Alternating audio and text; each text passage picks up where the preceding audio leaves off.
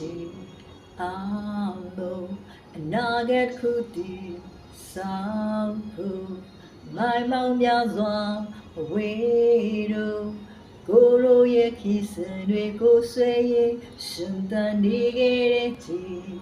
amo la jin kaung di nya myu do ni yaw ye ka baတေတုသူလျှောက်ခဲလမ်းပေါ်မှာမမျောလေးနဲ့ဆွေတွေခေါ်ဆောင်လာတဲ့ကံတရားရဲ့ဘသူများကဖန်ဆင်းနေကိုယ်လည်းပဲခွေပြောင်းပြီးအနာဂတ်ပြတ်ကိုကမမောင်များနဲ့ထီးချန်စွာ